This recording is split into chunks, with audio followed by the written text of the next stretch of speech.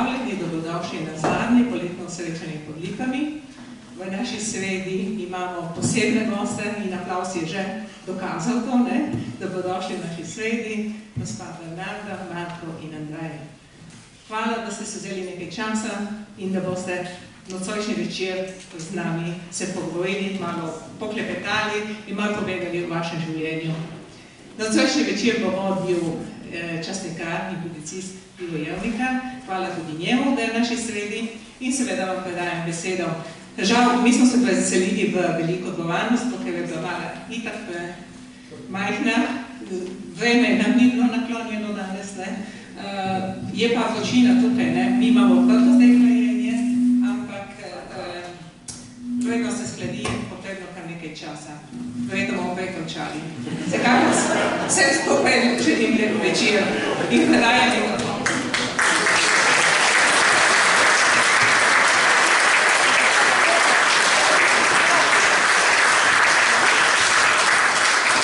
Najlepša hvala, Franka. Spoštovane udeleženke in udeleženci, številne udeleženke in številni udeleženci, dragi gostje. Začenjamo torej zadnji večer poletne sezone srečanj pod Lipami in teh srečanj je bilo že okoli 160, za kar je treba prirediteljem čestitati. Se so močno poživili goriško stvarnost. In začenjamo ta večer s tremi, kot rečeno, izrednimi gosti. A dovolite, da se najprej čisto kratko, vendar spoštljivo spomnim prijatelja in znanca mnogih izmed vas prisotnih v dvorani, Saše Martelanca, ki nas je zapustil v petek.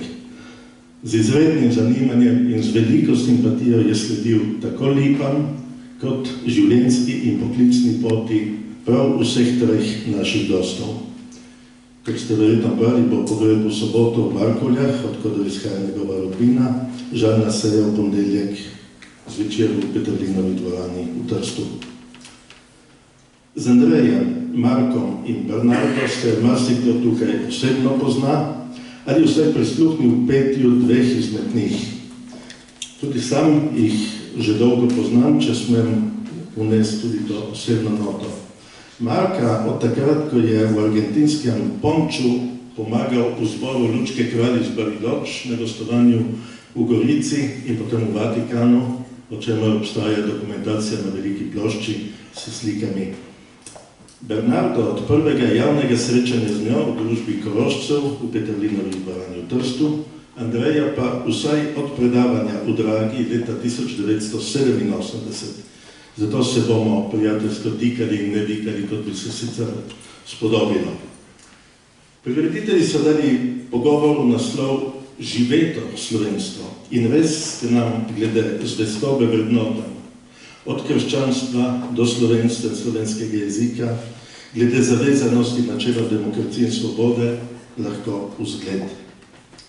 Najmlajšo med tremi, Bernardo, svetovno znano mezzosopranistko, poročeno Zdravkom Inskom, predsednikom Narodnega sveta koroških Slovencev, drugače diplomatu po poklicu, ki pa ravno danes od tej uri predava, mislim, da diplomatov, ne?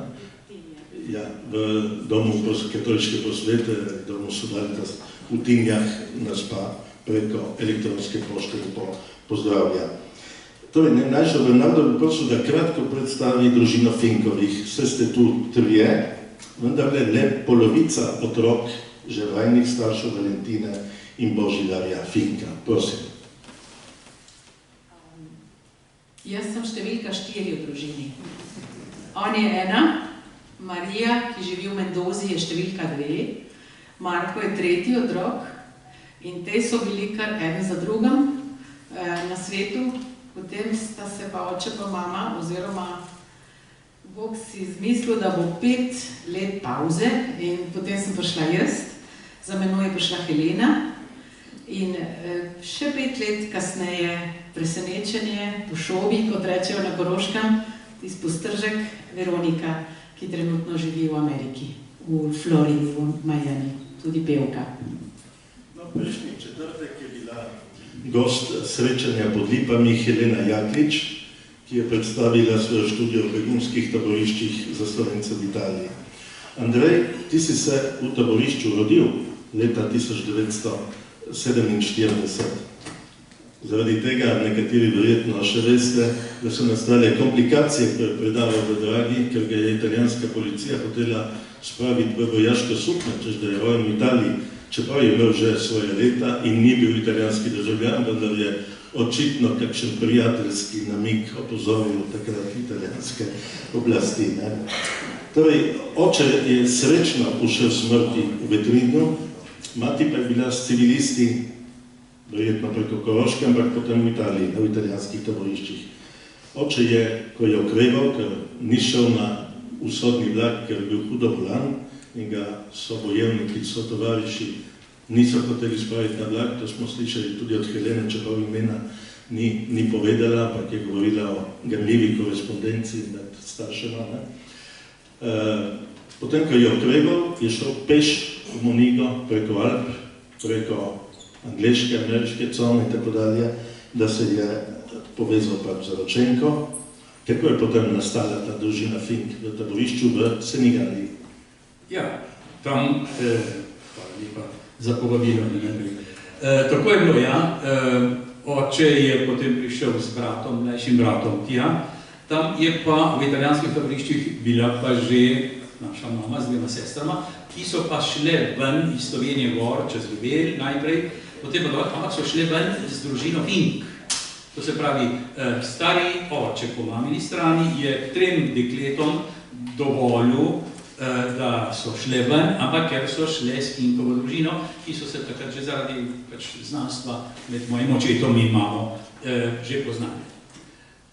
Tako da tam je potem... Taborišče? Jo, poroka je bila v taborišču, ja.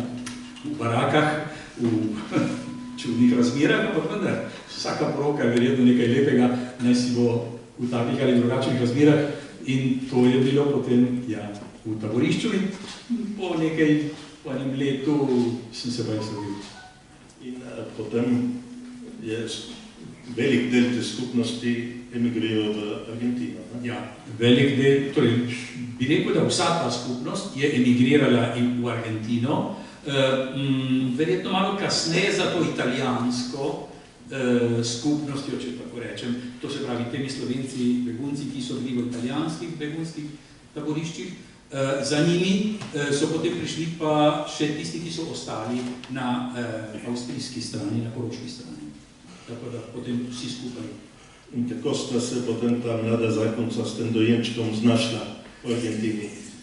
Ja, v Argentini, to se pravi, najprej prišel v Argentino oče, zato ker je bil pač iskan od kakšnih neprijateljev iz tedanje Slovenije, Jugoslavije in zato je v eni skupini nekako 12-15 moral hitro oditi, nekaj duhovnikov pa nekaj drugih in je odšel sam v Argentino, to se pravi pred mojo mamo in menoj in je potem prišel v Argentino in že pripravil potem minimalno strehico.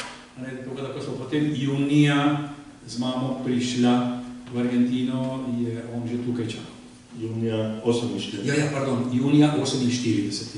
In ste tudi višli preko tiste hotele emigrante? Ja, tistega tako imenovanega emigrantskega hotela, ki je bil zelo svojvrsten, ne da ima nobene zveze z današnjimi hoteli, ampak vendar streha je bila hranega zastojn in prva streha, prvo zatočišče, predno si začel sam iskati svoje delo najprej in pa streho, stanovanje, ki so bila takrat tedaj seveda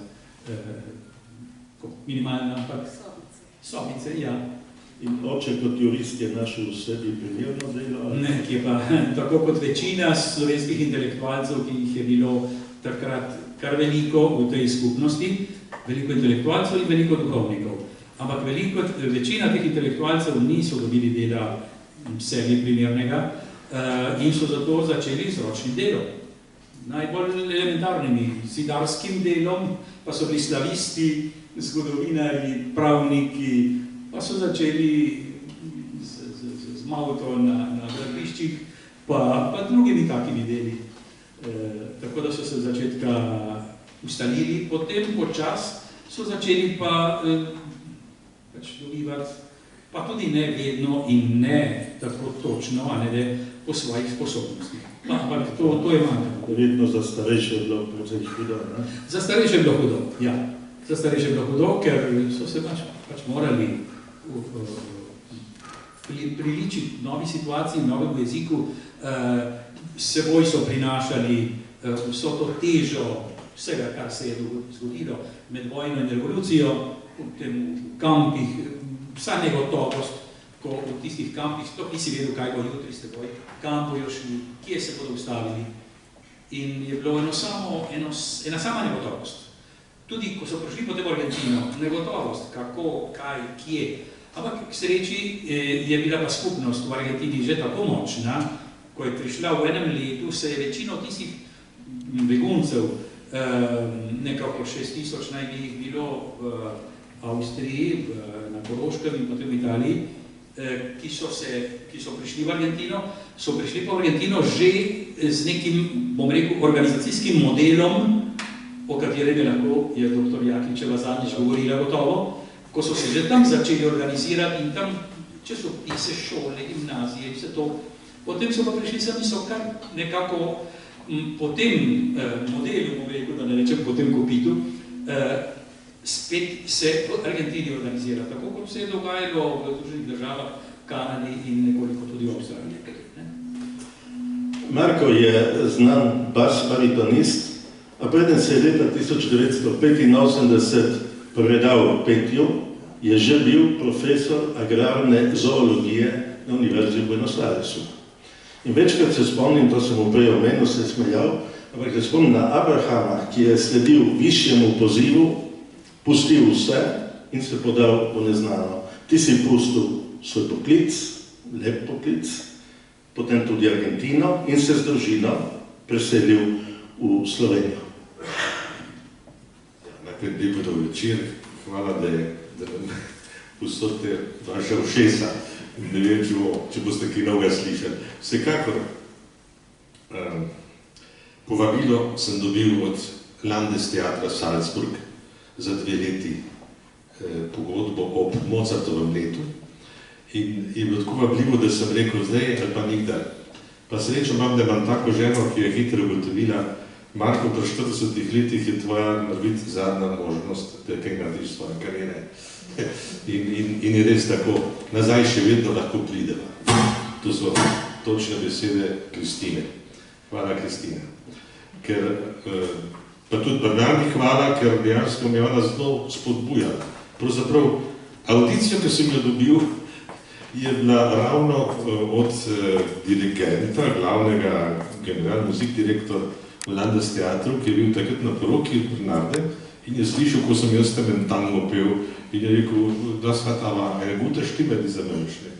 Torej, ne pride na audicijo, jaz sem tisto audicijo naredil in takoj ponudba. Zdaj ponudba zakaj? Ja, za Mozartove, da Pontove opere ob Mozartovem letu, ampak v nemščini. Aha, okej, jaz pa nemščina nisem znal. Torej, to je bil velik problem, ampak vsekakor sem bil en mesec, to sem si sprosil, da odgovorim, da dobro preštudiram, ker je bilo treba pač štacuno zapreti, bom rekel tako na hitro v Argentini. Mi smo ravno hišo končali, smo zbirali že zavesek, zdaj pa kar naenkrat v Evropo. Je treba pač zakleniti, pa organizirati vso stvar v službi, prositi za eno plačano, neplačen dopust, pa koliko časa, ja, samo za 6 mesecev lahko ste odsotni, pojmete pa sam napisati odstopno pismo, da odstopate z vašega profesorskega mesta, za kar sem se boril in tudi veliko investiral. No, vsekakor, to je ena zgodba, pač, ki jo vsak človek lahko po svoji, v taki ali pa drugi obliki nosi, a ne bi bilo zanimivo vsega od vas vedeti, da so bile tiste prelomnice v življenju, ko rečeš, a zdaj ali pa konc, ne. Ampak hvala Bogu, takrat je bila ta odločitev pravilna, to zdaj lahko rečem, zdaj, ko sem že v penziji in mi je ta glasba pač dovolila, da sem prišel do penzije in sem lahko za družino skrbel in zase pač... Potem pa ste prišli v Slovenijo? Ja, v Slovenijo je tega sreča. Od 90. do 94. smo bili v Salzburgu. Medtem se pa junija 91. Slovenija osamosvoji in demokratizira. So rekla, perfektno, to bomo pa zdaj skušali od tja, da bomo spet na nov, spet begunci nekje v Avstriji. Zakaj bi bili v Avstriji? In tako smo rekli, mečke bomo počakali, da se Slovenija tudi malo že približa temu modelu, ki smo ga imeli v glavi, svobodne, odprte družbe, demokratične, kjer se lahko pač izražaš svobodno in se ne bojiš, da te bojo zaradi kakšne izjave, kaj, ne vem, sekirali. Ne, vsekakor smo 94 leta se potem odločili. Smo imeli pa srečo, da so bili na oblasti v mestni občini takrat ljudje, ki so imeli posluh za take, ki so hoteli priti v Slovenijo živeti. Jaz sem napisal pismo pač tej stanovanjskem skladu mestne občine Ljubljana, sem se predstavil in rekel, da imam družino, da smo 3 člani in tako. So mi dan potem po parih mesecih, takrat je bil župan gospod Jože Strgar, ja. In smo dobili eno majhno stanovanje, smo ga koristili potem 20 let, dokler nismo pa že zaživeli drugače. Hvala. Hočem reči, dan, ko sem pa pisal pismo, da odstopam od mesta na univerzi v Argentini, ja. Moram pa reči, da imam pa zapisanega v tisti del arhiva stvari, ki ne bi nobeno želel, ne. Ker sem čutil, ker deponiram zase vse mostove, da ne bo več mesta nazaj. Sicer bi šel nazaj, bi uspel, ne, ker smo videli borbo že od malih nog in ne bi bil to problem. Ampak v tistem momentu sem pa res pravzaprav jokal do besed. Hvala. Bernarda, petje je pri vas doma že v generacijah, ne? Trio sester Fink, tega se spominjajo starejši iz predvojnih in medvojnih časov po Radiu Ljubljana. Potem v Argentini kvartet Fink, obstaja tudi velika 33, ne vem, kako se zdaj imenujejo te plošče, long playing plošča kvarteta Fink, ki je zdala Slovenska kulturna akcija. V družini, širši družini, skladatelj, dirigentka in tako dalje. Tudi ti si se podala v Evropo, obenem na Koroško, zamejstvo in obenem v široki svet. Mislim, da si bila na vseh najpomembnejših odrih sveta že kot pevka. Več kot 50 je zgoščenk, ki ostajajo pričevanje tvojega umetniškega dela. Večkrat si tudi že povedala, kako je prišlo do tega, da si se dobila s tem danes odsotnim zdravkom. Ampak idemo ponoviti to romantično zgodbo. Samo, če bom jaz ta kratko verzijo vzela, ne tisto ta dolgo odloža.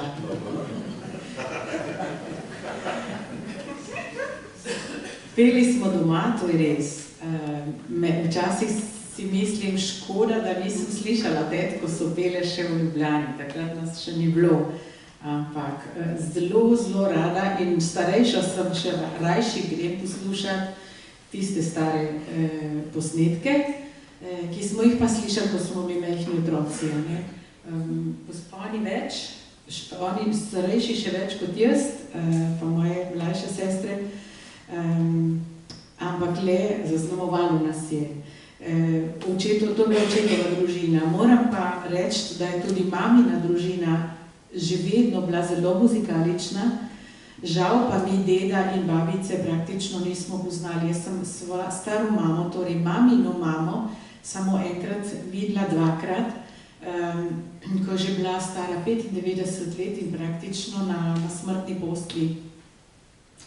In tist del preteklosti nam je manjkal, je bil odrezan. Mame se spominjam, da je bila zelo občutljiva že po naravi, ampak glede na to, kaj jo je doletelo, je razumljivo. Velikrat je jokala in manjkali so ji starši. Čeprav je potem kasneje, ko sem jo vprašala, mama, kako pa je to bilo, ko ste odhajali in ko si se poročila, pa ni bilo mame pa očeta. Je rekla, ne vem, takrat sem jaz samo naprej gledala. Seveda 20-letna punca zaljubljena in ve, da je to pravi mož za njeno življenje in da se bosta poročila, otrok pride in tako dalje. sama vem, kako je. Ko greš, ko sem jaz prišla v Evropo, tudi nisem na očka pa na mamo mislila ves čas. Ne? Pa tudi pisala nisem, pa nič, kaj šele, ni bilo WhatsAppa pa ničesar. Ampak kasneje je pa zelo se spominjala na mamo in je trpela za to. Hočem reči, tudi njena družina je bila zelo muzikalična. Mama je doma stalno pela, ne, recimo rečemo oče pa te tete Finkove, vključujoč Alojzija Gržiniča, ki je bil komponist in odličen pianist, ki je poročil teto Marijo, ne.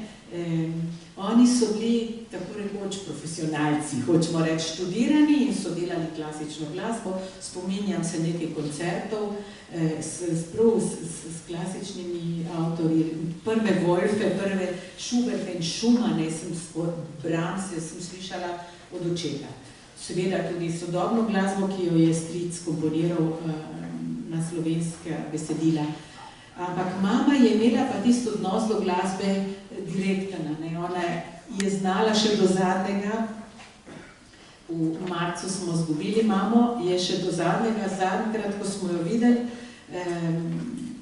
sploh nismo pričakovali, rekla, bomo še zapeli 3 ali 4, to pa rečemo spomin na našo drago mamo, ki, ko me to nam ostala pa v spominu zavedno mislim, ker je rekla, ne bom šla nazaj, žal je morala biti v domu, na vozičku in včasih že tako bila malo v oblakih, rečemo. Ampak tako je bila prisebna in rekla, 3 ali 4 bomo zapeli, preden grem nazaj. Naj omenim, to je bila nedelja, v sredo pa mirno zaspala. Je rekla, in sama začela tam, kjer bili so snežniki.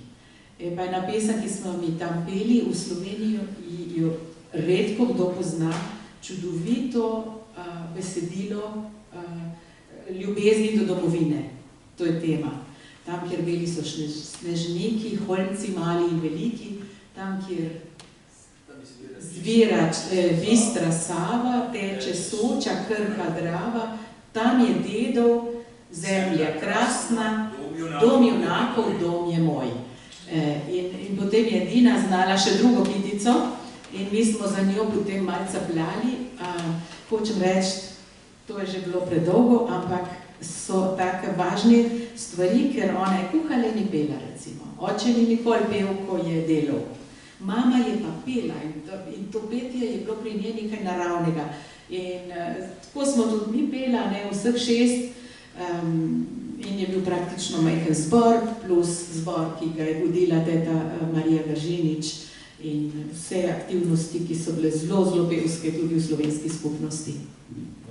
Potem se pojavi Zdravko.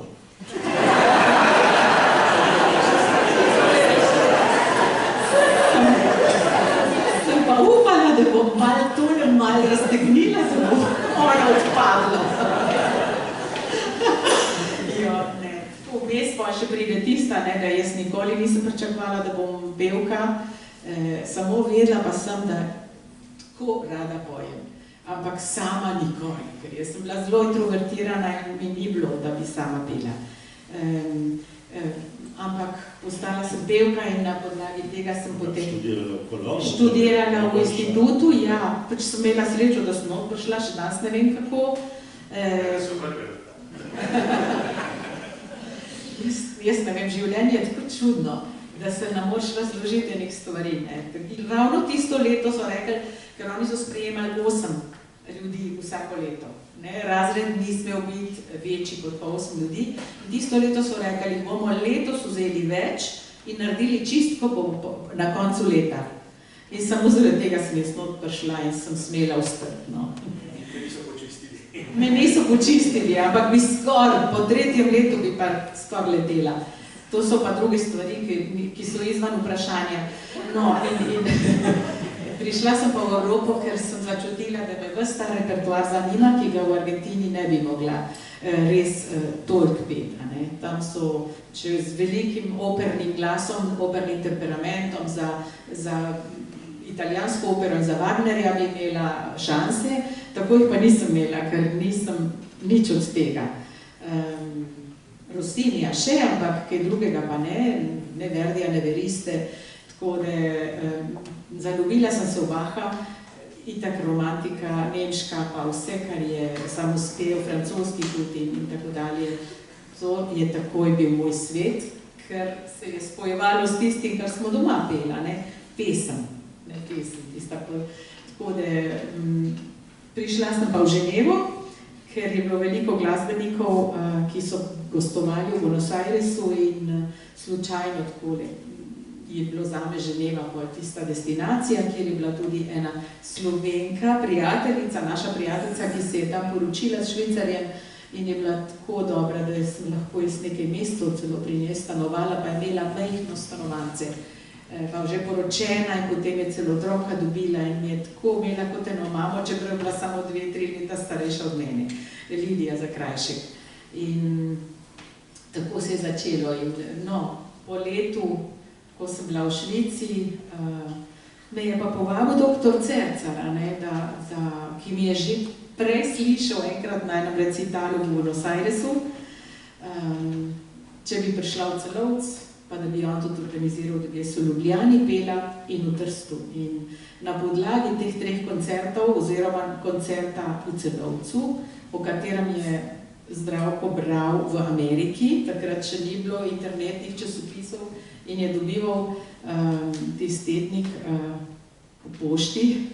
Intervju iz slika je bila tam, on pravi, da se je zaljubil v trenutku, ko je tisto bral.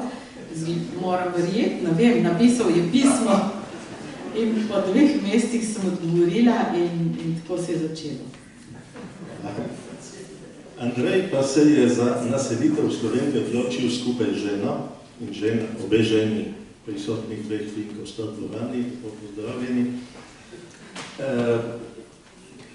Nedolgo od tega, kaj bo 2 leti morda niti ne? Ja, torej 2 leti od tega, kar sva tukaj. Ja. Odločitev je prišla malo prej. Ampak prej je bil neverjetno uprežen, kot berem ob robu intervjuja z njim v predzadnjem reporterju, ne vem, če ste videli prejšnjo številko, je dolg intervju in tudi podroben življenjepis. In tam berem, po študiju v Buenos Airesu in doktoratu v Madridu, ampak študiral je tudi strategijo in taktiko na vojaški akademiji, kar je čisto nekaj drugega, recimo, ne? Je bil 30 letja odvetnik in uradni prevajalec. 20 let je delal na Ministrstvu za pravosodje. 30 let redni profesor teorije države, zgodovine politične misli na Državni univerzi v Buenos Airesu. 35 let redni profesor predmetov v zvezi z mednarodnim javnim pravom na Katoliški univerzi v Buenos Airesu. Očitno, v glavnem, sočasno in nezaporedno, ker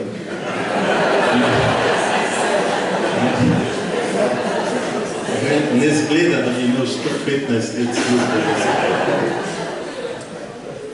Ampak zdaj je v Ljubljani predstojnik katedre Pravo in filozofija na Fakulteti za poslovne vede Katoliškega inštituta. Ta ustanova je pri nas zelo malo znana, zato bi prosil, da malo predstaviš to, pa tudi odločitev za Slovenijo. Ja, torej, a ne najprej 2 besedi o odločitvi. Pač odločitev se je počasi nekako utrjevala. Moram reči, da sem vedno, celo življenje sem imel občutek, da jaz spadam v Slovenijo. Davno mi je bilo živeti v Argentini, ampak jaz sem vedno živel z občutkom, da spadam v Slovenijo, da spadam nekam drugam, da sem jaz v Argentini nekako, bom rekel, po sreči ali po nesreči, pač tam smo zaživeli, tam smo se razvili, razvijali, se bogatili, ne denarno, nekateri tudi se so imeli, vse je legitimno, ampak v našem primeru ni bilo denarno, bogatili se pa kulturno, to pa, hvala Bogu, in pač nadaljevali to življenje in zadnja leta, bi rekel, je pa začela dozorevati ta misel, da bi se res preselila z ženo v Slovenijo. Potem pač okoliščine so bile temu primerne, kadar je tako, jaz gledam rečem, da je to le neka božja volja, Kajti, če je, že večkrat se nam je zgodilo, tako kot v Španiji, se je nekaj zgodilo in na tisto, kar se je zgodilo, ki je bil slučaj, je prišel še en drug slučaj. In potem na tisti slučaj se je obesil še en tretji slučaj. In še slučaj na slučaj, ko gledaš malo bolj nazaj, rečeš, ne čakaj. To je bila pa ena druga sila in en drug načrt, ki ga je nekdo naredil zate in ne vem, ali sem jaz sledim temu načrtu, pač ne moram govoriti o navdihih, ampak pač sledil sem temu in tako so bili pač tej slučaji, ti koraki, ki so se končno pred 4 leti na nek način so dozoreli, tako da ko sva bila z ženo tukaj le, sva že takrat kupila stanovanje, kjer živiva zdaj. Potem je bilo seveda še eno leto, pa še eno leto, kjer še ni bilo popolnoma nič jasno, da se bova res preselila v Slovenijo. Jaz pravim, da vrnila, jaz vedno pravim zase, da se jaz vračam, čeprav jaz nisem nikoli odšel iz Slovenije. Ampak se vračam, zato ker če vzamem življenje in usodo staršev in mnogo drugih tisočev, ki so odšli, jaz mislim, da je lahko tudi tukaj nek načrt in jaz pravim, da sem se sem vrnil, ponavljam, čeprav nisem nikoli od tukaj odšel. Jaz spadam sem, kako se mislim, še mislim.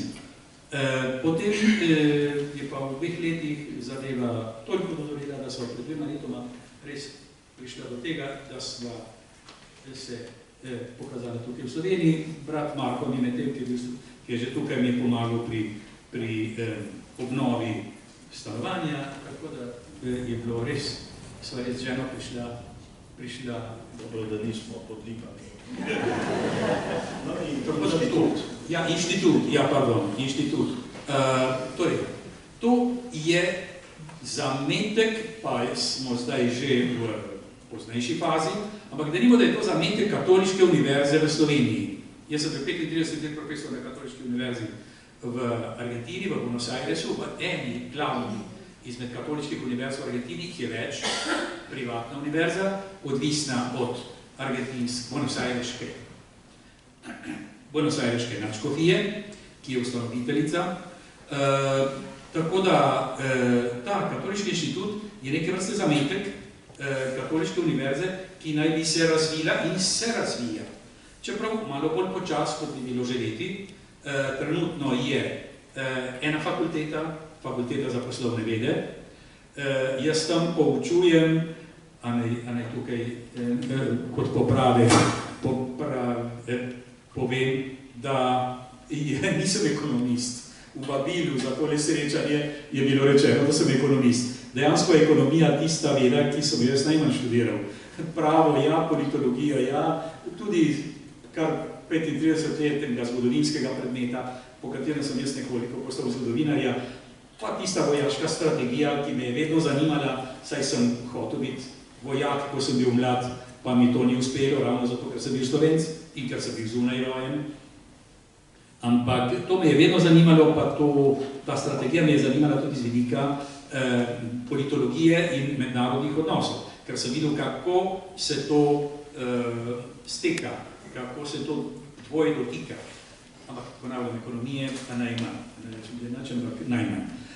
Torej, to je zametek. Razlog je pa to, ker poučujem na fakulteti za poslovne vede. Skratka, je to lepa institucija, lepa ustanova, ki počasi raste, se utrjuje in verjamem, da bomo še bolj zrasli. Lani smo dobili definitivno svoje prostore, kar je zelo razveseljivo in tudi to pripomore in pomaga k rasti te ustanove, ki jaz vidim še veliko let pred seboj. Plodnih. Marko, nekaj smo že slišali o mami, o petju, ampak lahko povemo, da je nekaj zadnjih, vendar srečnih mesecev preživela tudi ona spet v Sloveniji. Ja. Kar naenkrat smo videli, kako se stvari odvijajo. Tam je sestra Helena namreč prevzela varstvo mame po očetovi smrti leta 2013. Težko je zdaj mi smo vsi tle lepo na varnem, sestra pa tam edina, ki je bliz, ja, nekdo more, ja, je pač Helena. Ampak meni se je vedno Helena zelo smilila z tega vidika, da nismo mogli mi biti bližji, ne. Človek bi dal vse, da bi lahko mečkaj se razdelil ta trud, a ne pri trud. Z velikim veseljem, ampak za mamo skrbeti, je bil včasih tudi za Heleno zelo veliko breme. No, ravno danes Helena prišla spet na obisk sem, zdaj je že v Sloveniji spet za 2 meseca, sem se vesel tega. Ampak veste, kar naenkrat, ja kaj je, zdaj treba čakati, da mama umre, zato da se Helena in z družino sem preseli, ko ima že itak 3 otroke tukaj in vnuke. To je še vedno takena odprto vprašanje, ampak se lepo odvija in mi smo veseli, da smo uspeli mamo sem spraviti pri 93 letih z letalom. Ideja je prišla pa iz Miamija od nas 6. sestre. Ja, tako je. Mož od nje, od Veronike je rekel. Veronika, kar naenkrat pride, imamo skupino WhatsApp, ne, brati in sestre. Kaj pa, če bi mamo v Slovenijo preselili? Ja. Kot strele z jasnega, tako neki smo rekli, kako nam ni to prišlo na misel. Ja, ampak po drugi strani smo bili v družini tako mečkaj razdeljeni in nismo vedeli, če je to sploh izvedljivo. Ne? Ampak je, končno je bilo, jaz sem mislil, da najboljše na fermi, na veliko ladjo v 14 dneh pride v Rim, na iz Buenos Airesa v Rim in potem jo pripeljemo v Ljubljano.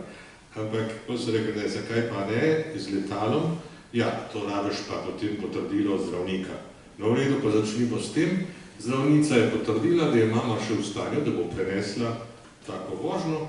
To traja, veste, 13-14 ur, da prideš čez ocean. Buenos Aires Rim je 13 ur, nekako. No in mamo smo kar nekrat se šli v Trst iskat, celi akciji, Andrej s svojim avtom, jaz s svojim avtom, smo rekli, če bo sploh živa dol prišla, je. In mama je 5 mesecev zadnjega svojega življenja preživela, mislim, zelo lepih. Jaz sem imel srečo zelo spremljati, praktično so bili z Andrejem vsak dan pri njej, ali malo smo se vrstili in to. In veste, na voziček dati mama, gremo ven, ja, a ni prehladno, ja ne, te bomo že tako zadekali, ne, kot ena muslimanka, tako smo po Ljubljani peljali po tistih cestah. In kaj smo odkrili vse tam? Kakšne spomine je imela? Kar nekaj gremo po Gosposki, so rekel, ko pa vidi ta Gosposka? Je kar vedela, se je spomnila. Gosposka ulica. Tle sem pa jaz klavirju hodila, profesorju Šivicu, glasbena matica. Jaz sem zdaj pa v upravnem odboru, slučajno, ne? Te stvari so dobro lepe. In pol še sestrična naša prinese, lej sem najdla v arhivu družinskem spričevala od tvoje mame, ko je hodila na klavir. Leta 35, 36, 37, 39. In kaj odkrijem tam, da takrat se veste, kakšni, ki smo mečka že starejši, takrat so ocenjevali tudi nas, personalizijanci, Andrej, pridnost pa vedenje. Vedenje, ne, vedenje. In mama je bila zvedno, sem videl, vzorno vedenje.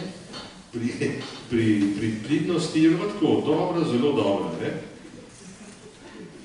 Ne, tisto je spomnil, mi smo tudi, ne, enkrat na teden so personalizijanci spravili vse v tisto veliko dvorano in javno je nekdo bral iz odra, kakšno oceno je imel vsak od nas, ne, pri vedenju in pridnosti. In če nisi bil dober, si mogel stati in si stal do konca zadeve. To so bili pedagoški prijemi takrat, no. Vsekakor mama na dan, ko je umrla, je bila v najboljši formi. Povem, sem prišel popolne, vprašam tam, ja, kje pa je mama, ali nisem najdel v demenci, včasih so je dali v demenco, ker pa ni bila čista, ne, ampak nekaj žest, svoje dneve imela. Ne, gor je bere časopis, ne, res so rekel, kako mama časopis. Je imela v roki delo in je brala en članek od enega japonskega arhitekta, 87 let starega, ki je dobil eno mednarodno nagrado za ne vem kakšno delo. In reče, kaj pa bereš? Ja, tale članek, to moraš ti prebrati, to je silno zanimivo. Tako starejši ljudje pa dobivajo nagrade. Pa mislila, da bo tudi nekdaj. Vsekakor smo se poslovili, se nekaj zdaj po vnuke v vrtec, ne? In Potem sem se pa vrnil zvečer, sem avto tam pustil in vidim, avto sem bil ravno pod njenem oknom, pa vidim, luč gori v njeni sobi. Sem rekel, gospod Tončko, verjetno kaj zdaj prebijajo, kaj ta zmena. Gospa, ki je zelo bila v isti sobi. Pa Andrej kliče čez 10 minut. Zdaj sem mi sporočil, da je mama zdihanja. Sem rekel, kako? Zdaj sem bil zdaj, pa sem pa kapiral, luč je gorela, ker so mamo rihtali, ne pa gospod Tončko. Tako da mislim, da povem, to so tisti občutki, ko ne veš, ali biti vesel ali biti žalosten. Malo si žalosten, malo si vesel. Sem takoj začel roževen smat, potem, ko sem se vračal domov, začel razmišljati, kaj zdaj se pride, ampak mami sem rekel, se je pa želje spomnila. Enkrat se spomnim, sem ga vprašal, če se kaj boji zadnje ure, pa je rekla, ne, se od prve zdrave Marije moram za zadnjo uro. Rekel, dobro, v redu. Ne se je želja spomnila. Žal v očetu ne, a mrs komu drugo ne, ko slišiš takole, veš mi se matrajo leta in leta, mama je v 5 minutah zaspala. Bernarda, v Slovenijo se menda preselilo ali vrnilo, če upravimo narejo izraz, menda kakih 500 Slovencev z Argentine, pretežno mladih, ki se torej niso rodili, ampak so neka druga, tretja generacija pod Južnim križem. Torej, kako bi opisala odnos Slovencev v Argentini do slovenstva, začenši do družine, kako vzgajate mlade, kako so vzgajali vas in kako še vzgajajo v ljubezni do domovine, do slovenskega jezika.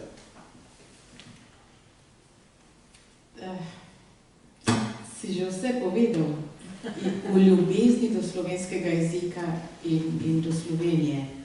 Od majhnega sem se počutila Slovenko, zato ker smo doma govorili slovensko, z veliko ljubeznijo so nas popravljali, če smo delali napake, so se zelo trudili, da govorimo čim bolj prav, to se nam ne posreči še, ker vem, da delamo napake, jaz jih delam, ampak smo brali veliko knjigic otroških, ki so jih ne vem kako dobili, takole po nekih poteh, ene stare...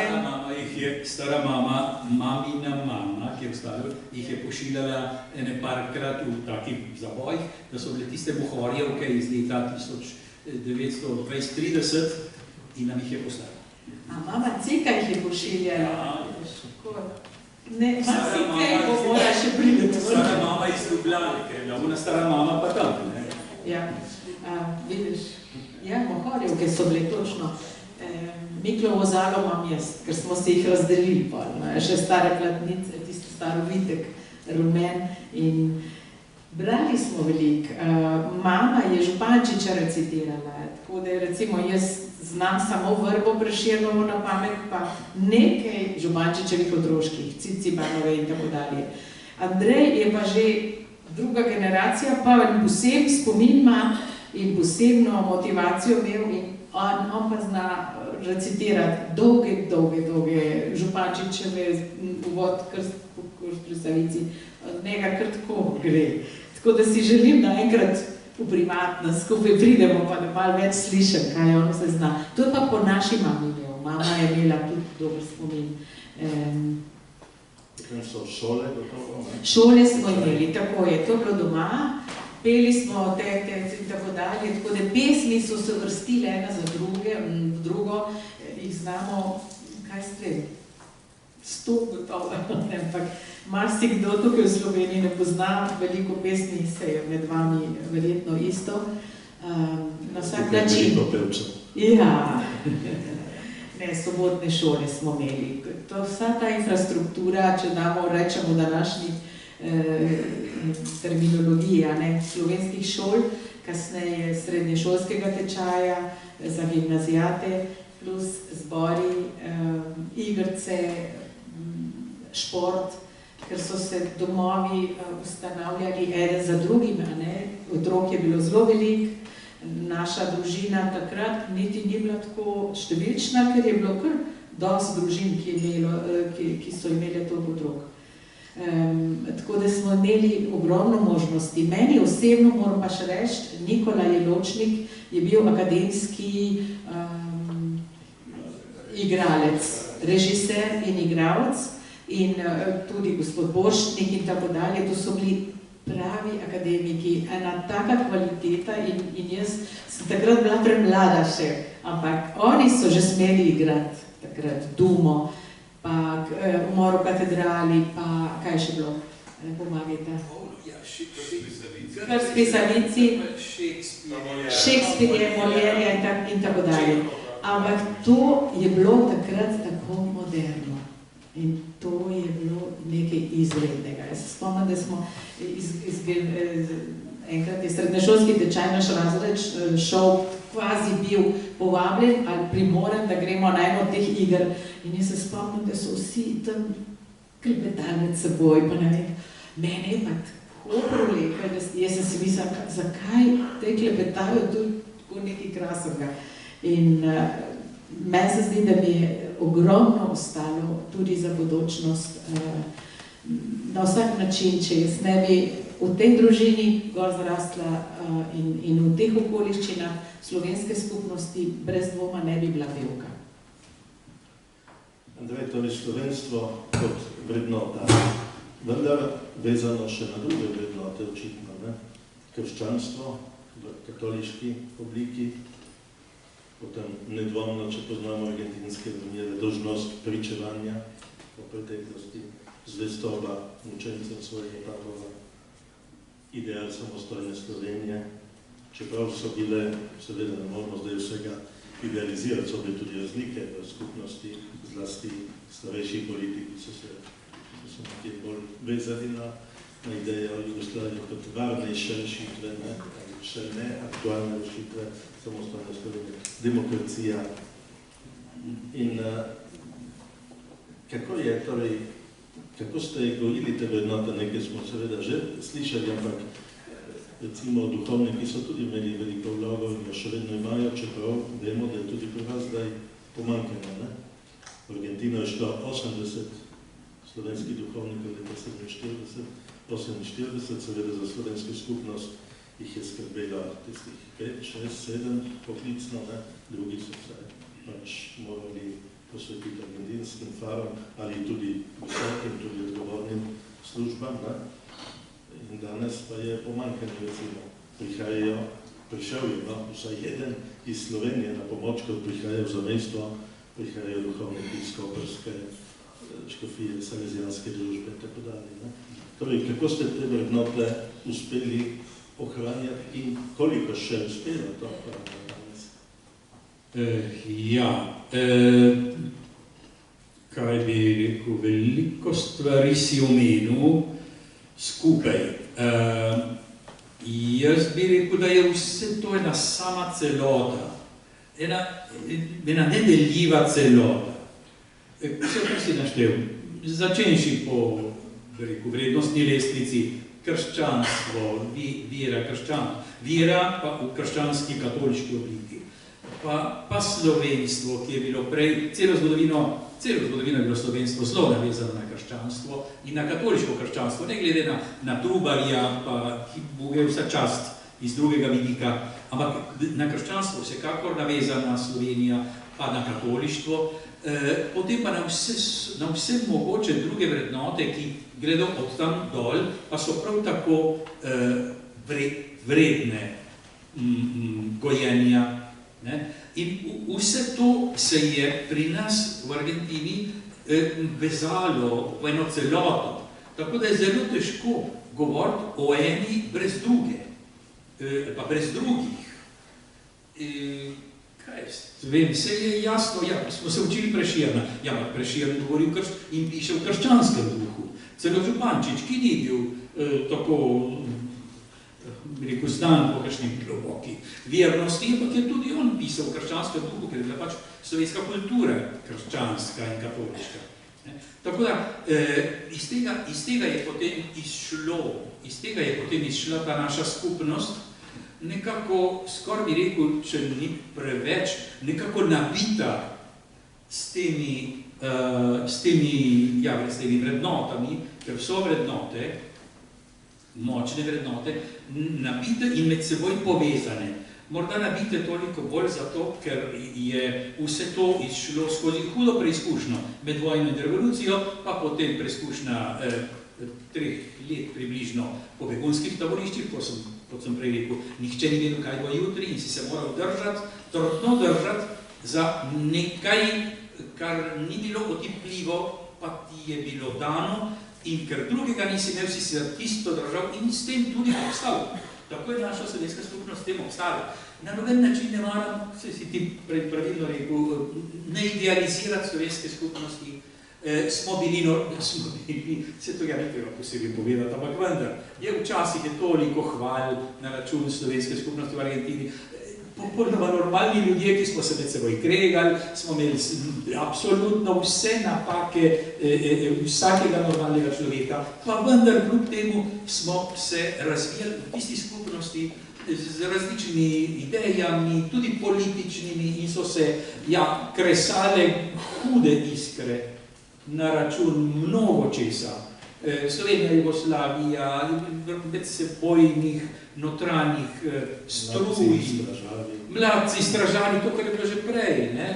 Čeprav zunaj je bilo potem to malo bolj omiljeno, ker je bila pač ta situacija taka, da je bilo treba zelo skupaj držati, pa vendar, ta je stražar, ta je mladec, on je bil Zarjan, to sem še od očeta slišal, na Ljubljanski pravni fakulteti, ta gospod je bil Zarjan, kako je to?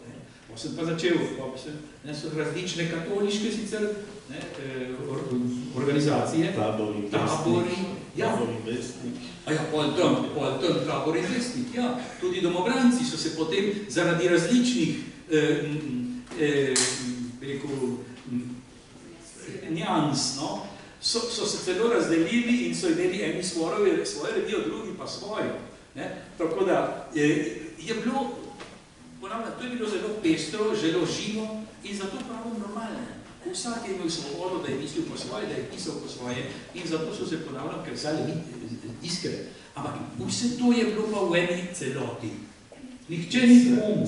Se ohranjajo vse te vrednote? Mladi ostajajo v skupnosti? To je zdaj kar zanimivo vprašanje.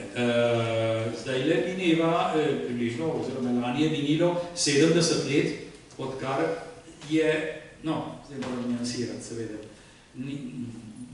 bom rekel 70 let, odkar je slovenska povojna skupnost prišla v Argentino.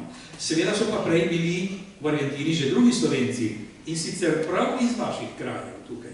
Kajti med letom, tam okoli leta 23, 24, 25 pa 30 je prišlo v Argentino mnogo, v glavnem mladih fantov iz Primorske, ravno iz teh vaših krajev, ki so pribežali tja pred fašizmom, pa tudi pred revščino. In so prišli tja, fare l'America, kot se je reklo, pač iskati neke boljše življenjske pogoje, pa kaj zaslužiti, da bi potem nazaj prinesel, kot je bilo že prej iz Severne Amerike, ko so ljudje tam garali, pa kaj prislužili in nazaj prišli.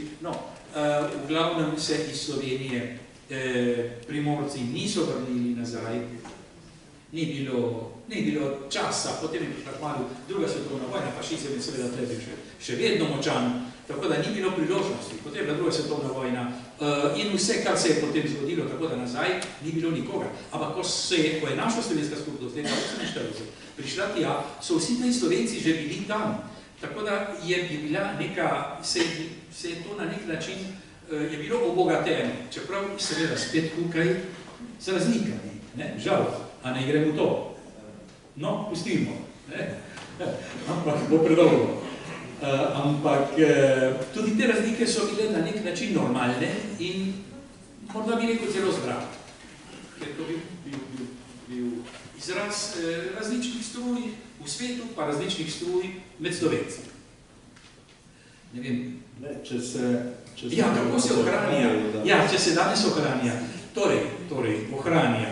Seveda, v eni strani moram reči, da se ohranja z velikim trudom z veliko žrtvijo kot ves čas in se ohranijo. Slovenske šole so še vedno žive, sobotne šole, še vedno imamo veliko slovenskih učiteljic.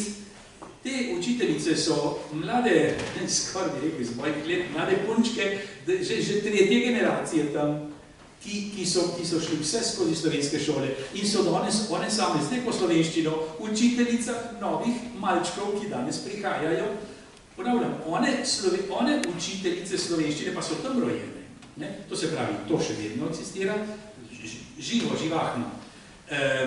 Potem ob sobotah je tako imenovani srednješolski tečaj, to je neke vrste nadomestilo srednje šole, tam jih je seveda že manj, ampak to so tisti maturanti, abiturienti, ki prihajajo vsako leto sem v temle času. Tukaj so bili tudi letos, konec junija pa julija. In so nastopili. No, super. Ti jih poznate. No, in ste tudi lahko videli, kako govorijo slovensko. Seveda, koliko jih pa je, letos jih je bilo približno 30. Kaj je to pomeni z vidika cele skupnosti? Očitno je to, enkrat, ko so mene vprašali pred to že 20 let, kako pa gledate na prihodnost slovenske skupnosti v Argentini, sem se jaz zatekel v to formulo, sem rekel, danes nismo taki, kot pa smo bili pred 50 leti in čez 50 let ne bomo taki, kot smo danes. Jaz sem hotel biti optimist, ko sem rekel, čez 50 let, od tega je minilo že 20 let, ko smo še vedno aktivni, delavni, slovenski, živahni in povezani s Slovenijo. Kaj bo čez 30 let, zato da bo 50 let več od tistega, kot sem takrat rekel? Ne vemo, ampak trudijo pa se, da bi to bilo in če je čas neusmiljen in dela svoje, je pa tudi danes to, ta plus, da takrat mislim, bolj na starejše, pa tudi tiste, ki smo potem se pridruževali tej slovenski skupnosti, zato pravim tudi smo, se ohranjali v tem, naslanjajoč se na svoje lastne sile. Z osamosvojitvijo, pa z demokratizacijo, se je pa odprla pot v Slovenijo in povezava s Slovenijo, ki je bila prej samo, moralna, ni bila direktna, ni bilo možnosti potovanja, pa mnogi tudi nismo hoteli iti v Slovenijo, zato da se ne bi dali v zobe tukajšnjim neprijateljem, ki jih je bilo kar nekaj, saj se razumemo. In zato smo rekli, ustrajamo tam. Potem so se pa vrata odprla, je nastal pa velik pretok ljudi, literature. No, zdaj pa, če je čas nam nasproten, je pa povezava z današnjo Slovenijo, direktno Slovenijo, živo, veliko bolj živa in mogoča. Tako da nikoli ne moremo vedeti, kaj in kako se bodo razvijala naslednja desetletja. Bodimo optimisti, delajmo, ne glede, kaj bo jutri, ti danes naredi, kar ti je dano. Jutri boš pa naredil, kar bo jutrišnjem temu primeru. To velja tudi za naše skupnost. Rekel bi pa samo to, da smo pa po drugi strani pa vzdrževali pa velike in dobre stike z zamejstvom, tako s Koroško, kot z vami tukaj, Stržaš in Goriški. Se strinjam z vsemi temi idejami. Sam ne bom nikor pozabil, ko je enkrat Zdravko, to je mož rekel, pa si nobena emigracija ni sama sebi namen. Torej, naši niso šli ven zato, da bodo tam ostali, ker imajo tam nekaj za narediti, ampak zato, da bojo naslednji rodovi morbiti nazaj prišli. Nas so vzgajali v tem smislu. Odšli so za 14 dni. Hočem še to upozoriti, recimo Andrej Fink, je tam ena proslava v Buenos Airesu, slovenski dan, kdo bo govornik? Andrej, pa taki, vidni člani, intelektualci. Zdaj prihajajo pa nazaj in ta skupnost se živi. Ta skupnost postaja čez dalje manj močna v nekem smislu. To se hoče reči, ta psihološki moment, kako oni tam doživljajo to, da se mi vračamo nazaj. Ne? Je boleče, veste, na to sem hotel opozoriti, ker oni čutijo, da se jim tam kar nekaj podira. No, da ti si se iz domstva preselila v zamejstvo, tudi Dunaj, ampak imaš bazo v Svečah, nekje. Se nisem preselila na Dunaj, ne, to je res. Imaš eno bazo tudi tam, no? Ne, pravzaprav ne. Jaz sem najprej prišla v Ženevo, tako je, jaz sem se počutila, da sem na prepadu kot en orel ali pa kondor je prevelik. Ampak kot, da moraš zdaj odpreti tiste krila, ne, in si pred prepadom. Zato sem se pripravljala na leto, dve, da sem zbrala silo, da sem se... Ampak hočem reči, nisem imela cilja. In dejansko to, da sem spoznala Zdravkota, je zame bil znak, da sem našla pristanišče nekje bom zdaj doma. Ne vem, kako bi se drugače vse izšlo, jaz bi verjetno prišla v Slovenijo živeti, še vedno, živim pa na Koroškem zdaj, ne? In ker mož je pa zaljubljen v svoj kraj in je jasno, da vedno bilo jasno, da pridemo živeti na Koroško. Meni je Koroška malo predaleč od Dunaja, čeprav se sploh ne počutim Dunajčanko, ampak jaz bi želela imeti več kontakta z odri, s koncerti, z opero in tako dalje. Ne? Kljub temu je veliko kulture tudi na Koroškem in jaz sem prepričana, da te življenje, oziroma Bog te da nekam, a ne se zgodi se tvoja volja, molim že celo življenje in v trenutkih, ko ne vem kako in kaj, to še bolj intenzivno molim in sem prepričana, da če sem nekje, je zaradi tega, ker imam tam nekaj zadat in ker je tam zame dobro in ker imam tudi od tega kraja nekaj zadobiti. Sem zgubila nit. Andrej, prej si rekel, v Argentini smo čisto normalna skupnost in dejansko mi večkrat poudarjamo, to je, mislim, ta razkrmavnost, izumno ta izraz slovenski čudež v Argentini, ampak vedno slišimo, kakšen čudež, torej sad trdega dela in noben čudež. Vendar, iz enakih izkušenj, vojne, revolucije, begunskih taborišč in okolja katoliškega zavednega so tudi povojni begunci, ki so šli v Združene države, v Kanado in drugam. Tam pa so skoraj izgubili jezik. Ne? Čeprav ostajajo zavedni, ampak tudi tam je veliko manj kulture, vedno bolj so pa spredje folklora, navade, običaji in tako dalje, pa neka slovenska stvarjalnost močno usiha. Torej so tudi neki, poleg čudeža, so tudi neki sociološki vidiki. Ne? Število, strnjenost, ampak tudi okolje. Ne? Eno je argentinska družba, drugo je ameriški melting pot, kako ti gledaš na vsodo različnih skupnosti. Ja, melting pot, ja, ta topilni lonec. Ne? Tako v Severni Ameriki kot v Argentini. V Argentini se je tudi veliko govorilo o topilnem loncu. Ne? Ampak mislim, da je velika razlika v tem. V Argentini so tujca takrat, leta 1948, gor gledali, če se tako izrazim.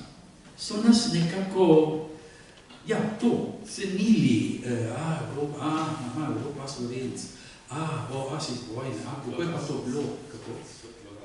Ja, pa svetlolasi smo bili otroci, pa malo bolj pa plavih modrih oči, torej, in je bilo nekaj posebnega. Vsi Polaki, ne? Ja, tam so nam rekli, prva beseda je bilo Polak, ali pa Nemec, ker smo bili svetlolasi pa svetlooki, recimo. To je bila prva beseda. Pa smo morali pa razlagati, da je Slovencija, kje pa je to? Ja, Jugoslavija, ja, kje pa je to Jugoslavija? Skratka, je bilo treba veliko, ne? Ampak, kot rečeno, gledali so nas gor, če mi sprejmete ta izraz.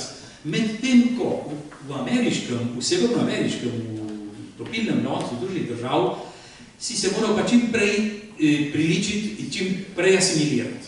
če ne, nisi prišel naprej. Nujno. Ni bilo šans. Tako da, tam, če nisi čim prej znal, čim boljše angliško, nisi prišel nikamor. Počasi sicer, vse so izjeme, tudi pri starejših ljudeh. Ampak tendenca je bila ta.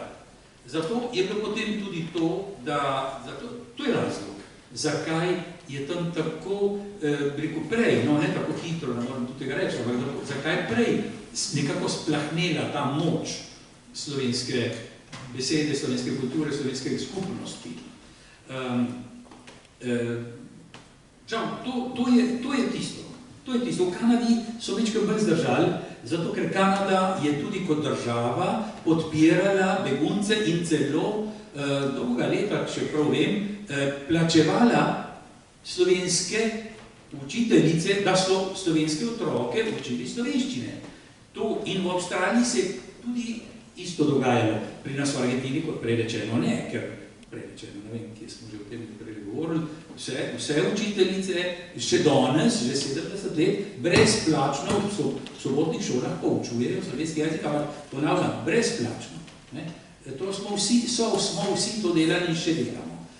Zato, ker smatramo, da je samo delo, ki je zgrajeno na idealizmu, resnično trdno. Enkrat se je pokazala ena priložnost, še zdaj bo samosvojeni in demokratizirani Sloveniji, ja, kaj pa, če bi Slovenije prišli eni honorari, po nekaj denarček, za učitelji, in smo vsi skoraj soglasno rekli, joj, ne, lepo prosimo, ne, ko se pojavi denar, je konc idealizma in bil skoraj siguren, tisti trenutek bi se začel zaton naše slovenske skupnosti, ki še usradi. Tako da to je razlog. Še en moment bi jaz izpostavil, zakaj se je ta skupnost tako zdržala in mislim, da je zelo važno, da se to pove. V Argentino so prišle cele družine, ker jih druge države niso hotele sprejeti. So iskali samo delovno silo, nepohabljene. Recimo, moj dedek je bil 55 let in je po 10 letih dela dobil penzijo. Hočem reči, družine so bile skupaj, starši so se z nami igrali, doma je bil nekdo, ki je slovensko govoril, medtem ko če si pa ti sam si ustanovil družino, mrvic vesel, ker si poročil Hrvatico, Polakinjo, in kaj, saj je slovanski duh se v ohranil, to je nam je bilo prihranjeno. Dobro, še mrzkaj si dali odkriti.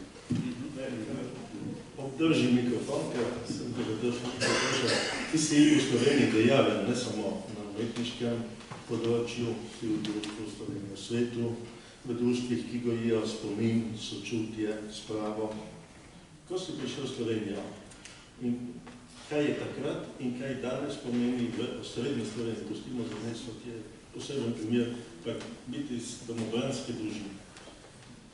Ja, jaz sem prepričan, ker nisem nikdar skrival to, kar sem, jaz ne moram nič spremeniti, moj oče je bil domobranc, vem, da je bil pošten človek, vem, da je bil odličen katoličan in je živel, bom rekel, online, zmeraj vključen zunaj zgoraj in delal v dobro ljudi. In sem prepričan, da vkolikor ti poveš, kaj si, da poveš s samozavestjo, potem pokažeš tudi, da je v tebi neka moč. In zato meni se še ni zgodilo, da bi mi kdo kdaj, ali da bi jaz imel občutek, da me kdaj zaradi tega na stran postavlja. Se tudi ne bi dovolj, ne? Torej, skušam biti zmeraj zelo spoštljiv v mojih izrazih, skušam razumeti, vem, da je ta naša zgodba tragična druge svetovne vojne, je en velik mozaik, ki ga še sestavljamo. In jaz zmeraj rečem, da povej mi tvojo zgodbo, da ti bi nas lahko svojo povedal. Tam se lahko najdemo na isti valovni dolžini in sem prepričan, da na tej podlagi neke empatije med nami, smo vsi brihti ljudje, smo vsi dobri Slovenci, sam ta zgodba, ideološka zgodba nas je ločila. Zdaj, ti si vprašal konkretno kot sin domobranca, nisem imel zaenkrat težav. Moram reči, da ne, ampak mislim, da je tudi zato, ker sem zmeraj zelo jasno povedal, kdo sem. Ker sem že parkrat opazil, da če nisi tak, pol te pa hitro najdejo in te dajo po betički. Prejšnjo nedeljo je na 31. romanju v Treh Sloveniji na Višavljah vrhovni sodnik, bivši ustavni sodnik Jan Zobec, zelo razčlenjenem in bogatem predavanju, med drugim omenil, kako je škoda, da Slovenija ne zajema več duha, odprtosti, prispevkov, zamejstva in zdomstva od Slovenije, ki živijo zunaj. Jaz sem tukaj prinesel v novem glasu, ki je med drugim tam na razpolago v veži. Med drugim je rekel, velika škoda je, da tega potencijala Slovenija ni izkoristila. Če bi ga, bi bila danes, pripričan sem, v boljši kondiciji. Zagotovo bi bilo manj provincialnosti, manj zatohlosti, več za nacionalno vitalnost nujnega svetovljanstva in sveže krvi, ter posledično tudi bistveno manj ugrabljenosti institucij in starorežimskih povezav. Evo, kako vsi trije čutite vsak na svojem področju, če skupni slovenski prostor, da Slovenci res čutimo, da smo Slovenci en narod, da so pomembni deli, ki živijo zunaj meja Republike Slovenije, v zamejstvu, v zdomstvu, se to dovolj upošteva, da bi na to odgovoril. Andrej, imaš mikrofon v roki? Slučajno nisem ga hotel obdržati. No ja, sprejmem izziv. Ja, meni se zdi, da tega ne znamo koristiti. Ne znamo, mislim, v Sloveniji žal. V Sloveniji ne znajo koristiti tega. Absolutno ne, to sem zelo kategorično povem. Namreč ne znajo. Eno je ne znati, drugo je ne moči, ta tretje je pa ne hoteti, ne? Razumeš? Nekaj je, ne znam v redu, jaz to razumem, ampak če ne znaš, potem se pouči, ne? Potem pa, ja, rad bi, pa ne morem, ne? Ja, v redu, ampak tretje pa, če nočem. In meni se zdi, da je tukaj zadeva. Marsikdo, vsaj tisti, ki imajo pač ročaj, a ne da škarje in platno, ja, tisti nočejo. Nočejo pa zakaj? Zato, ker smo Slovenci. To sem vesel, da to lahko povem tukaj pri vas. Vsi tisti Slovenci, ki so in smo živeli dolgo časa zunaj meja, smo drugačni Slovenci. In smo, hočeš, nočeš, mislim, da bolj svobodni Slovenci. Nas niso kontrolirali, hoteli so nas, pa mislim, da nas niso. Enega so hoteli bolj, drugega manj, tako ali drugače. Tudi v Argentini so nas hoteli pač infiltrirati, pa nas razdeliti pred dolgimi desetletji, pa niso uspeli, do danes niso uspeli. Zato tudi Slovencev, ki bi prihajali iz zunanjih delov današnje slovenske meje, kar ne vidijo jih, kar ne morejo jih sprejeti, kar ne gre, kratko malo ne gre. In se ti sprašuješ, zakaj vendar? Pa sem predlagal, jaz sem bil 10 let član sveta za Slovence po svetu. Hodili smo vsako leto, ravno v tej dobi, junija, julija, na te vsakoletna srečanja, posvete z vlado, bil je predsednik vlade, minister, pa drugi ministri. Ja, in vsaku smo povedali to in ono in tretje, četrto, ja, vsi pisali. Naslednje leto je bilo čisto isto, popolnoma isto. In je že 10 let, 12 let, zdaj pred enim mesecem je bilo spet v državnem zboru isto. Ja, nič. Kratko malo nič. Nič se ne spremeni. Ja, in zakaj ne? Ja, a ne moremo, ali ne znamo, ali nočemo. In žal se mi zdi, da nočemo.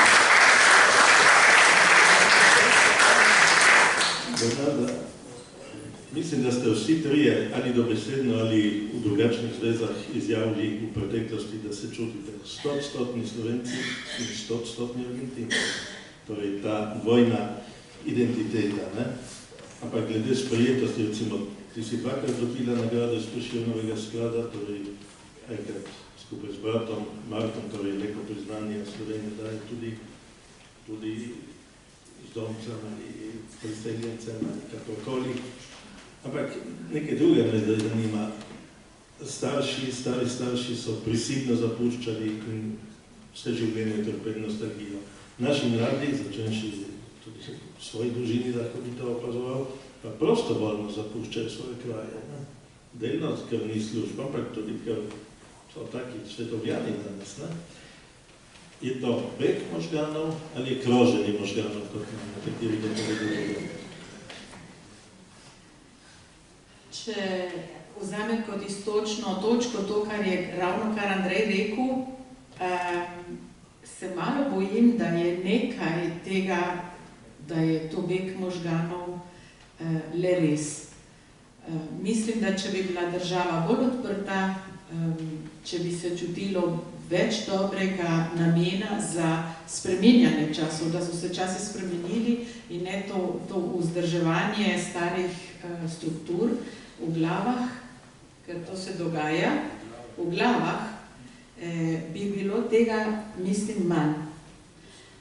Ja. Na drugi strani se pa časi spreminjajo. To se ne dogaja samo v Sloveniji, ampak danes, da gre mlad z nahrbtnikom okrog sveta, je nekaj normalnega, kar še pred 10 leti, ne 20, 30, 40 leti ni bilo za misel. Danes je to pretakanje povsod en fenomen. Že to, da se po internetu kar takole komuniciraš zastonj s komarkoli, kadarkoli, se spreminjajo časi. Jaz mislim, ni samo politično, ne obsojam nobenega mladega, ki gre. Sem sama to naredila, da sem odšla z Argentine in tudi sama priporočam mladim, spodujte, gledajte, kako živijo drugje, učite se drugih jezikov, da si odpiraš okno, da ne gledaš skozi majhno okence. In to je malo nevarnost, če si samo doma. Posebno v deželi, ki recimo po kvadratnih kilometrih ni velika, ampak jaz mislim, da velikost ni v številkah, ampak v nečem drugim. Tukaj in tukaj, da si odprt. Morali pa bi priskrbeti potem službe tem mladim, ki razgledani pridejo nazaj. Pravzaprav, tega pa žal ni. To je ena konkretna stvar, ki tudi mene skrbi. Recimo, če pomislim, da bi si želela, da bi še marsikakšen Slovenc iz sveta prišel nazaj v Slovenijo, moraš od nečesa živeti, moraš dobiti službo, sama pa nisem toliko v tej zadevi, da bi lahko več o tem govorila. Najprej sem omenil tvoj intervju v prejšnjem reporterju. Tam so bila vprašanja tudi prav zelo konkretna, tudi o vojni, revoluciji, pogledu na našo tragično preteklost. Ti si nekaj razlikoval med recimo domoljubnimi partizani in revolucionarnimi komunisti. In tudi sam delim to mnenje, da kot ne sprejemam floskul, da je polovica Slovencev izdajalcev, tudi ni druga polovica samih razbojnikov. Mislim, da velikanska večina naših ljudi je šla v boj z nekim idealizmom, je bila na pravi in napačni strani, ampak je skušala za svoj narod nekaj doprinesti. Vendar marsikdo v matični Sloveniji in za mesto še bolj mogoče tega ne sprejema, ne na levi, ne na desni, čeprav na desni mi v zamestu desnica ne uporabljamo tega izraza kot v Avstriji ali v Sloveniji, pri nas desnica je fašizem, tabu tema, torej sredina, demokratija in tako dalje.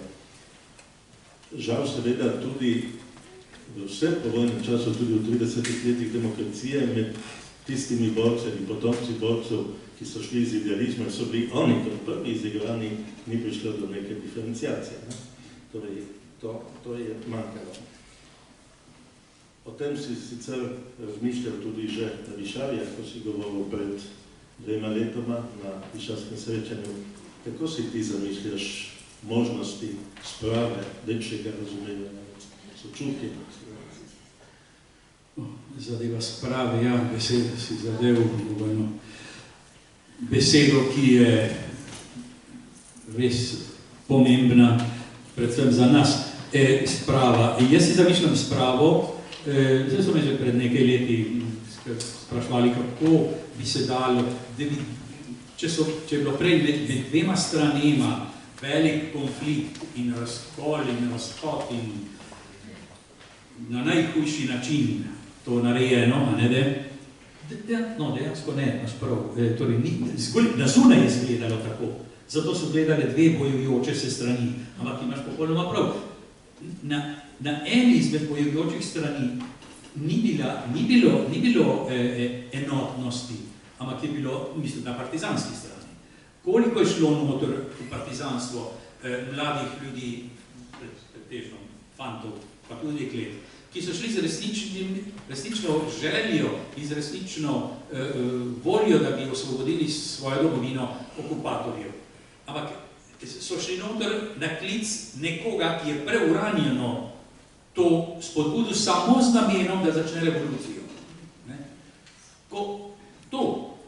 Svede, nekateri intelektualci so takrat za to vedeli in zato so rekli, mnogi, gledajte, jaz sem to tudi tam v intervjuju povedal, meni so priče v Argentini, duhovniki in drugi intelektualci, so mi pripovedovali čisto o konkretne primere. Fantov, katoliški akcije so rekli, gospod profesor ali pa gospod duhovnik, propustite nas je partizanov, mi se radi bojevali za slovensko svobodo. Pa so rekli, fantje, častitamo za domoljubje, ampak počakajte še malo, ne vemo, kdo se skriva za tem lepim imenom osvobodilne fronte pa narodno-osvobodilnega boja.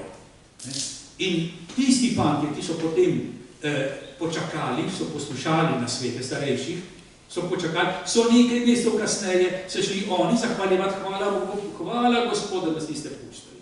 Ker takrat se je pa že vedel, da za njimi stoji komunistična partija, ki je to sprožila samo z revolucionarnimi nameni. Kajti, če ne bi bilo tega, tudi nasprotne strani vaških straž in domobrancev ne bi bilo potrebno ustanoviti. In tam se je potem začelo to. Ampak, zdaj, če gremo, tudi to je treba jasno povedati, zato ker če tega jasno ne povemo, smo še vedno v eni megli, oziroma v megli nismo, menda, jaz upam, da ne, mnogi med vami, tudi ne, če ne vsi ne, ampak v tej megli nas nekateri hočejo še vedno držati. Češ, da je bilo samo tako in nič drugače. In vsi tisti, ki so bili pa zunaj, naprimer, mi v Argentini, smo bili pa se je, skoraj da ne maram besede podavljati, ampak se je bilo. Ali vlajavci, kolaboracionisti, fašisti, nacifašisti, ja, vse grdo, kar si lahko mislite, vse to je bilo na nas vrženo in na nas zlito. Jaz sem tole takole povedal gospodu predsedniku Pahorju, ko nas je obiskal v Argentini pred 2 letoma in pol, takrat sem bil še tam, in sem mu tole javno in direktno povedal. Sem rekel, gospod predsednik Pahor, prosim, v imenu cele slovenske skupnosti, tukaj, pa morda tudi iz drugih dežel po svetu, kjer so prišli povojni emigranti, prosim, dosežte, da se bo od zdaj naprej, ko ste nas vi hoteli obiskati, prosim, dosežte, naprite vse svoje politične, moralne, kakršnekoli druge sile, da bomo mi, Slovenci, v Argentini predvsem, pa še drugi, od danes naprej drugače obravnavani, kot pa smo bili obravnavani 70 let. In on mi je priznal, ja, res je, vi ste bili stigmatizirani, to besedo je on uporabil, ni nič obljubil, ampak od tedaj naprej, no, menda je nekoliko drugače nastrojen, vsaj kadar se z nami sreča takole, se z veliko prijaznostjo do nas vede, tudi govori zdaj lahko zakaj, kako v redu, pustimo to, ampak glede sprave. To je pa beseda, ki si jo velja zapomniti in jaz sem tudi pred kakim mesecem sem preko nekega gospoda, ki ima dober dostop do predsednika, sem rekel, gledajte, dajte mu svetla gospodu predsedniku države, Pahorju namreč, ne vlade, isto, ampak predsedniku države, dajte, da bo v teh 4 letih, kar ima še mandata, dosegel kakšen važen korak, kakšno važno spravno dejanje. Če bo on prišel v zgodovino, bo prišel za to, kar bo naredil zdaj v teh 4 letih. In kako pa sprava med 2 stranema, kot sem začel, ne. Teh 2 strani danes ni več. Danes mora to priti iz nekega državniškega akta, nekega zakona, ki bi ga zglasovali na najvišji ravni, ki bi to naredil, ki bi to dodelal.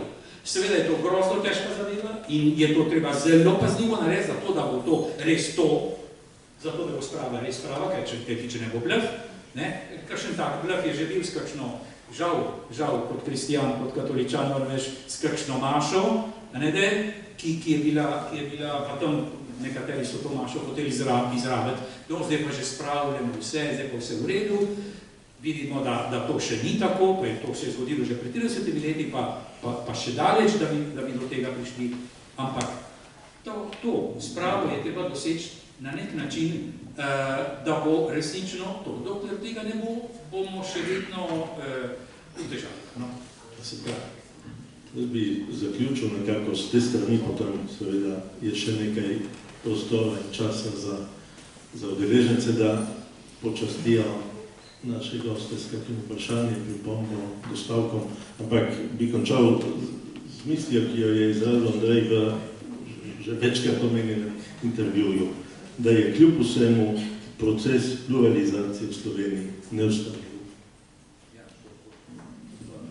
To so pa sigurno, to so pa gotovo.